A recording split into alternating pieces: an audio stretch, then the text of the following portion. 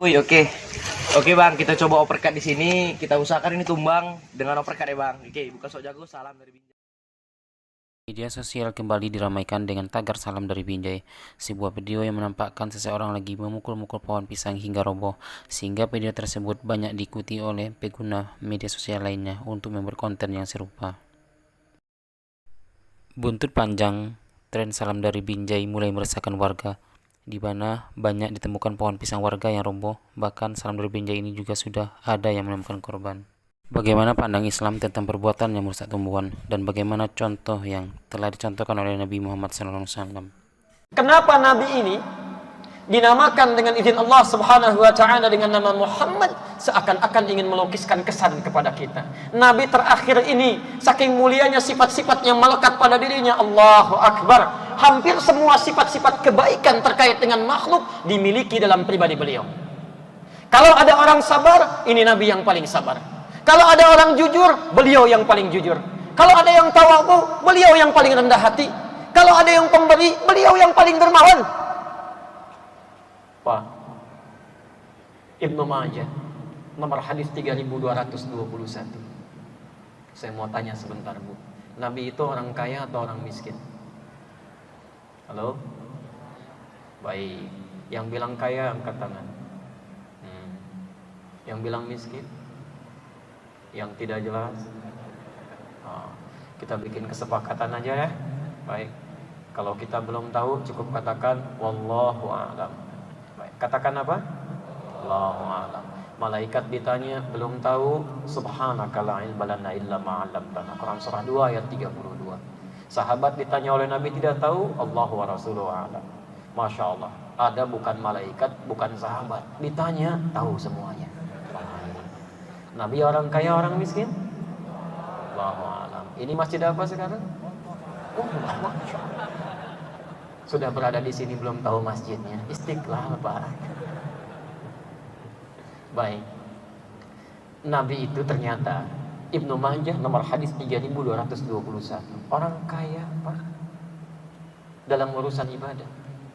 Perhatikan keterangan Jabir bin Abdullah ketika beliau menyebutkan tentang korbannya Nabi sallallahu alaihi wasallam. Ra'aitu Rasulullah sallallahu alaihi wasallam, saya sering kali melihat Rasulullah sallallahu alaihi wasallam hina yadhbah, saat beliau akan menyembelih hewan korban, aqbal al-qiblah, dihadapkan semua hewannya ke kiblat. Berapa jumlahnya? 100 ekor. 100 ekor. Setiap kali akan menyembelih 100 ekor.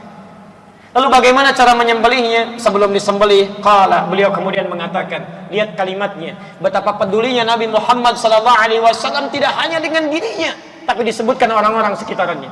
Allahumma hadza min Muhammad wa ali Muhammad wa ummat Muhammad sallallahu alaihi wasallam. Ya Allah, mohon terima korban ini dari pribadi Muhammad dan dari keluarga besar Muhammad, dan mohon ya Allah dari umatnya Muhammad sallallahu alaihi wasallam yang selama hidupnya mungkin gak bisa kurban, ya Allah. Muhammad sallallahu alaihi wasallam, Nabi, Rasul, dekat dengan Allah, tingkat surga paling tinggi, dijaga dari berbagai kesalahan, berkurban 100 ekor hewan kurbannya, masih berbicara tentang umatnya, untuk umatku ya Allah, dan tidak menginginkan bagiannya ya Allah ya Rabbi. Muhammad sallallahu alaihi wasallam. Yang paling menarik, ada orang datang mengaku umatnya. Masya Allah, kurban cuma 1 ekor kambing. Bukan Nabi, bukan Rasul. Surga belum jelas sampai dengan pagi ini. Amalan berantakan, hisab masih menegangkan, masih rebutan pahanya. Nabi saja yang jelas surganya masih menyebut umatnya. Umatku ya Allah. Hadirin, satu kisah kemudian beliau datang ke Taif. Tiba-tiba berdakwah dilempari sampai keluar darah di keningnya. Sebagian giginya kemudian mulai tanggal, kakinya sudah mulai terluka, sampai Zaid bin Harithah tidak kuat menjadi tamengnya. Kata beliau, ya Rasulullah, kita berteduh kemudian di satu tempat. Saat berteduh dalam naungan pohon, tiba-tiba turun malaikatul jabal, malaikat penjaga 2 gunung, sampai mengatakan, ya Rasulullah.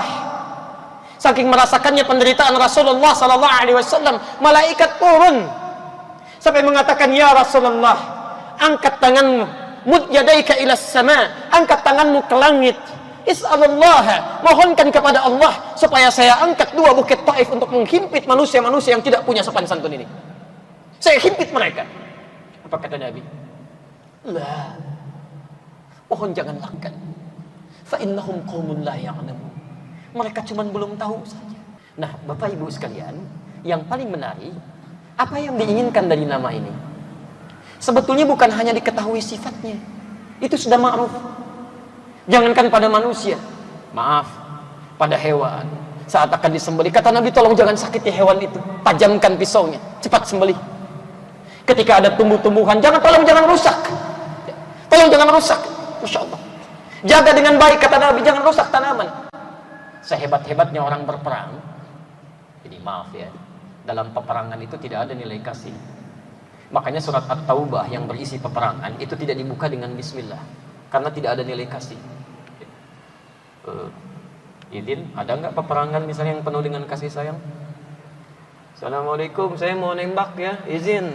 Keke. Pernah sakit nggak? Nggak ada begitu. Tembak ya tembak gitu kan. Tapi dalam suasana seperti ini pun kata Nabi, hei mujahid yang berperang, seemosi kalian jangan rusak tanaman, jangan sakiti anak kecil, jangan sakiti orang-orang sepuh. Maaf, jangan membunuh dengan nafsu, tidak ada itu. Karena itu tidak benar kalau ada orang tembak sembarangan, bunuh sembarangan, ledakan diri merusak orang lain tanpa ketentuan yang benar. Itu bukan dari tuntunan Islam. Saya pernah ditanya di Lampung ya, Ustaz, apakah bom di Jalan Tamrin itu bagian dari jihad fisabilillah? Saya jawab, setahu saya jihad fisabilillah itu jihad di Allah, bukan di Jalan Tamrin. Jadi nggak nyambung gitu, nggak ada. Dan yang paling gampang dilihat tuh yang kemarin tuh, Masya Allah. Nah, saya agak sedikit sudah ada memo ya. Baik, 5 menit lagi kita mau selesai. Apa yang dimaksud dengan nama ini yang diinginkan oleh Quran? Saya tutup Quran surah ke-48 ayat ke-29. Muhammad Rasulullah. Nama Muhammad itu menunjukkan bahwa beliau adalah seorang utusan Allah. Walladzina ma'ahu, sedangkan yang kami inginkan dari orang-orang yang bersama beliau itu, maksudnya umatnya, bukan cuma mengetahui nama dan sifatnya, tapi kata Allah, teladani nama-nama itu, terapkan dalam kehidupan kita. Bagaimana cara meneladaninya? Walladzina ma'ahu, orang-orang yang bersama dengan beliau, umatnya itu, asyidda'u 'alal kuffar, ruhama'u bainahum. Dapat mengambil makna nama Muhammad itu, menerapkan dalam kehidupannya. Jadi kalau Anda mengaku umatnya Muhammad sallallahu alaihi wasallam, keluarkan sifat-sifatnya. Sesama muslim, ruhama'u bainahum, hadirkan sifat saling kasih. Bantu dengan yang lainnya. Nah, ini sekarang sedang dihadirkan di hadapan kita. Tampak tidak itu? Jangan-jangan tiap hari Anda rajin taklim, datang ke ustadz satu dengan yang lainnya. Tapi ketika Allah meminta buktinya, tidak tampil dalam diri kita. Saya baru datang itu dari ujung Jawa Tengah. Namanya Telas. Habis lah, di Google juga nggak ada itu, Telas. Masya Allah. Di sana ada penggembala kambing, Bu. Pak, kami kunjungi. Jarang ngaji seperti Bapak Ibu sekarang. Tapi begitu saya lihat kambingnya ditutup dengan botol aqua pecahan begini, saya tanya, kenapa ini kambing? Sakit.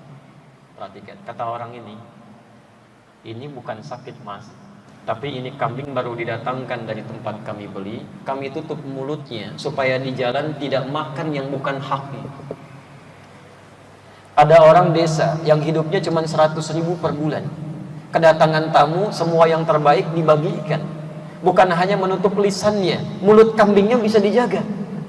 Ada orang tiap waktu ikut ta'lim, sana sini bergerak dalam kebaikan, tapi praktek kehidupannya belum muncul apa yang dia pelajari itu.